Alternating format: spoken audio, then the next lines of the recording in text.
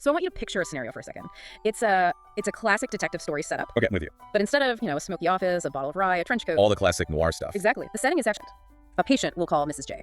And just like any good mystery, the clues are right there in plain sight, but you really have to know how to read them. That's it. Mrs. J is 70 years old. She walks in, sits down, and she points to this visible lump in the front of her neck. That is your only lead. Now imagine you're that doctor. You don't have a fancy MRI machine yet. No lab reports. No blood work in your hand. You just have your eyes, your hands, and your brain.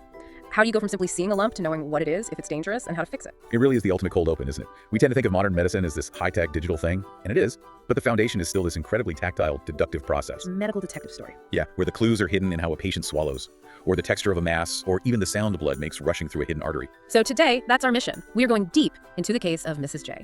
We're going to unpack the art of the clinical examination. We'll bust some surprisingly persistent medical myths. Oh yeah, one of which involves sneaking up on sleeping people. Right, and we're going to understand the logic behind something called the triple assessment. And Mrs. J is the perfect case for this because her presentation is so classic.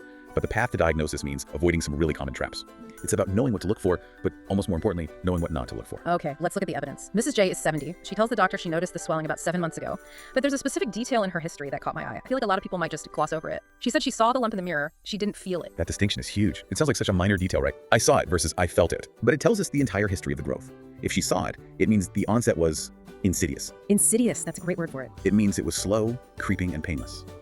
If she had felt it first, we'd be thinking about pain, sudden inflammation, maybe bleeding into a cyst. Something that gets your attention immediately. Exactly. Pain drives people to the doctor. Yeah. But seeing it implies it's been growing quietly for a while. It points us toward, a slow-growing neoplasm, a tumor, or maybe a simple nodule, rather than some acute infection. But even though it's painless, Mrs. J is terrified. I mean, she's 70. And in her mind, a new lump means one thing. The C word, cancer. Right. And you have to imagine that fear is her primary concern. Not that it hurts, but what it might represent. And that's a completely rational fear at her age. But this is where we have to separate the patient's fear from the biological reality. So the doctors start with a general survey, and this is interesting. They aren't even looking at the neck yet. Right. They're looking for peripheral signs. Yeah, checking your hands, her eyes, her blood pressure. I've seen this in movies. They ask the patient to hold their hands out, right? Looking for tremors. Exactly. A fine tremor. If her hands were shaking, kind of like a vibrating phone, we'd be thinking thyrotoxicosis. Which is what? Exactly. It's a toxic, overactive thyroid. I mean, think of the thyroid as the gas pedal for your metabolism. If it's stuck to the floor, everything just revs up. Okay. Your heart races, you sweat, your hands shake because your sympathetic nervous system is in overdrive. But Mrs. J, her hands are steady. Her blood pressure is a cool 11/470. She is clinically euthyroid. Euthyroid. I'm assuming you means good. Yes, you like in euphoria. It means normal or good thyroid function. So visually, she doesn't look toxic. But this is where the source material took a detour that honestly made me laugh. We haven't talked about the sleeping pulse. Oh, this was wild. The notes mention that some older textbooks, and I mean like classic, revered textbooks, suggest that to diagnose a thyroid issue, you should measure the patient's pulse while they are asleep. It is the zombie myth of thyroid medicine. It just refuses to die. The theory, historically, was actually based on sound logic. It kind of makes sense on paper. It does. We know anxiety drives up your heart rate. So if a patient is nervous in the clinic, their pulse is high. But if they go to sleep, the anxiety goes away, and the pulse should drop. Unless you have a toxic thyroid. Precisely. If the thyroid is pumping out too much hormone, it keeps the heart racing even when you're dreaming. So the sleeping pulse was supposed to be the ultimate filter. Brilliant. On paper, sure. Right. But in practice, it's completely absurd. I mean, just picture the logistics. Yeah. You are in a busy, noisy hospital ward. Right. You have a patient who's already anxious about a lump in her neck. You're supposed to wait for them to fall into a deep REM cycle sleep. And then creep up on them like a ninja. You grab their wrist to count a pulse without waking them up. It's like a bad comedy sketch. The moment you touch them, they startle, they wake up, their heart rate spikes, and all your data is garbage. So you're playing a game of red light, green light with your patient's heart rate. Pretty much. The source material was very firm on this. Replace the sleeping pulse with the sleeping doctor. Meaning, if you try this, you're the one who's dreaming. We have much better ways now. Myth busted. Okay, so we've ruled out the stealth checks. Let's get to the main event, the neck exam. The doctors look at Mrs. J, and there it is.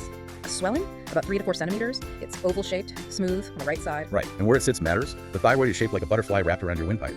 You got 2 wings, the lobes, and a body in the middle, the isthmus. Hers is on the right wing and that central bridge. Okay, but a visual inspection is just the start. You need to confirm it's actually the thyroid and not, I don't know, lymph node or something. And this brings us to what you call the magic trick, the swallow test. Deglutition. That's the one. You ask Mrs. J to take a sip of water and swallow. And the notes say if the lump moves up, it's the thyroid. Now, I get that it happens, but I want to understand why. Why does the thyroid take an elevator ride when you swallow? It all comes down to its architectural packaging. The thyroid isn't just floating around in there. It is tightly wrapped in a specific layer of tissue called the pretracheal fascia. Like a heavy-duty shrink wrap. That's a perfect analogy. Yeah. And that shrink wrap is physically anchored to the larynx, your voice box, and the hyoid bone, which is higher up. When you swallow, your larynx has to move up to close off your windpipe. It's a protective reflex. Right, the Adam's apple goes up. Exactly. And because the thyroid is shrink wrapped to the larynx, it gets pulled up along to the right. It's a mechanical linkage. So if the lump is inside that shrink wrap, it moves. If it's outside, it stays put. It moves, therefore it is thyroid. It's a foolproof test. So clear. But then the notes highlight a really common trap, the tongue protrusion mistake. Oh, this is the classic checking a box error. Students learn that for some neck lumps, you ask the patient to stick their tongue out, so they just do it for everyone. They think, hey, neck thing, tongue thing. Right. But for Mrs. J with a lump on the side of her neck, it's completely useless. The stick your tongue out test is for a very specific condition called a thyroglossal cyst. It's a congenital defect, a leftover from when the thyroid was forming in the womb. Those cysts are still technically connected to the base of the tongue. So when you stick your tongue out, it pulls the cyst up. It physically pulls it. But the thyroid gland itself, it's let go of the tongue a long, long time ago. So if you ask Mrs. J to stick her tongue out, you are essentially just making faces at each other. It gives you zero data. I love that line from the notes. Don't perform tests just to fill a checklist. It's about intention.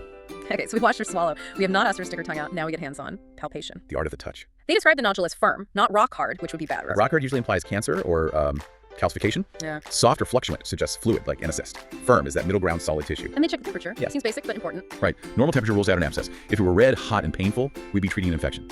But it's cold, so we're looking at a growth, not a boil.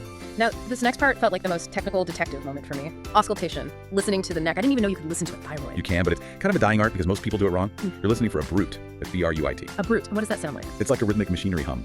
Whoosh, whoosh. Oh. It represents turbulence. If a thyroid is toxic-like in Graves' disease, it gets incredibly hungry for blood. The blood flow increases so much that it creates turbulence in the arteries feeding the gland. That turbulence creates a sound. But you can't just slap a stethoscope on the lump. The notes describe this very specific choreography. You have to flex and tilt. Right, this is where anatomy meets physics. If you just put the stethoscope on the neck, mostly what you hear is the carotid artery pounding away. Thump, thump. Yeah, that drowns everything out. You have to isolate the superior thyroid artery. To do that, you need to relax the big muscle in the neck, the sternocleidomastoid, and move the carotid out of the way. Okay, walk me through the move. You flex the patient's neck slightly forward. That relaxes the tension.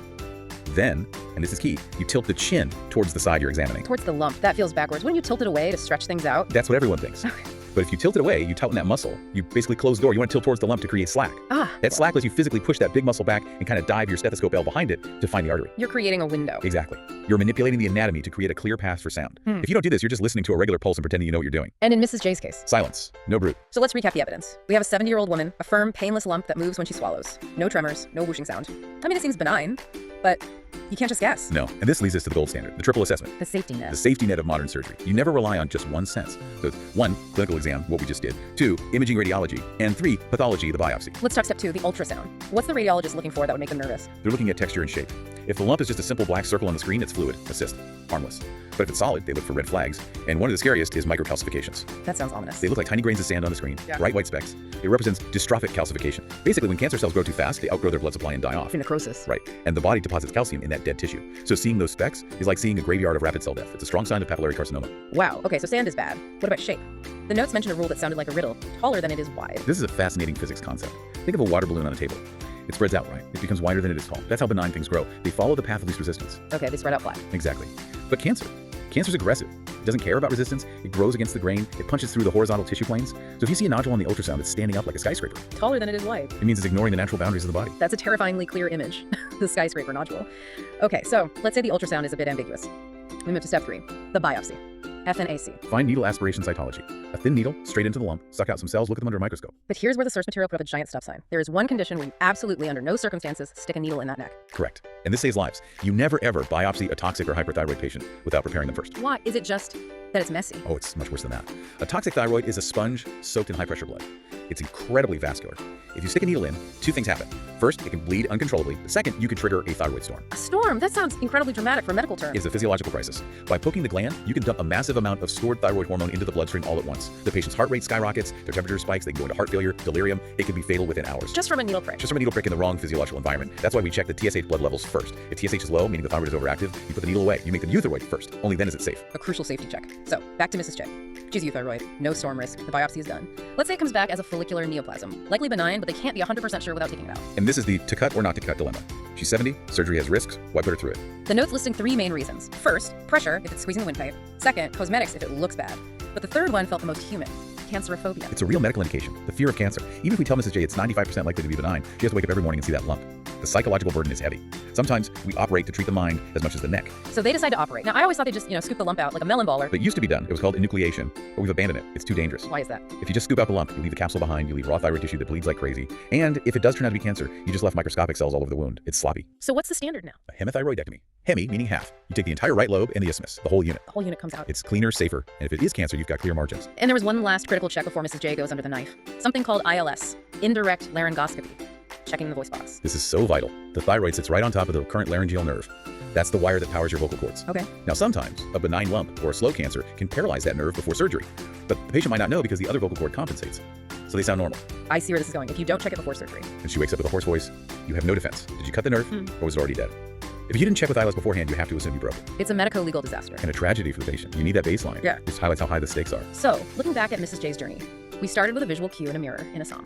We dodged the sleeping pulse myth. We learned the mechanics of the shrink-wrapped fascia. We used the triple assessment to tell a harmless cyst from a skyscraper cancer. And we realized that the expert doctor is defined not by what they do, but often by what they don't do. That's the part that really sticks with me, the efficiency of it. The novice checks the sleeping pulse because a book told them to. The novice asks a patient with a lateral lump to stick their tongue out because they want to appear thorough. The expert knows those data points are just noise. Right. They strip it away to focus on the signal. The swallow, the palpation, the ultrasound texture. It's the art of omission. That's a beautiful way to put it. In an age of information overload, whether you're diagnosing a thyroid or just trying to navigate your own life, true expertise is knowing what to ignore. Knowing what to ignore to get to the truth faster. I think Mrs. J is in good hands. Thanks for diving deep with us. Be curious.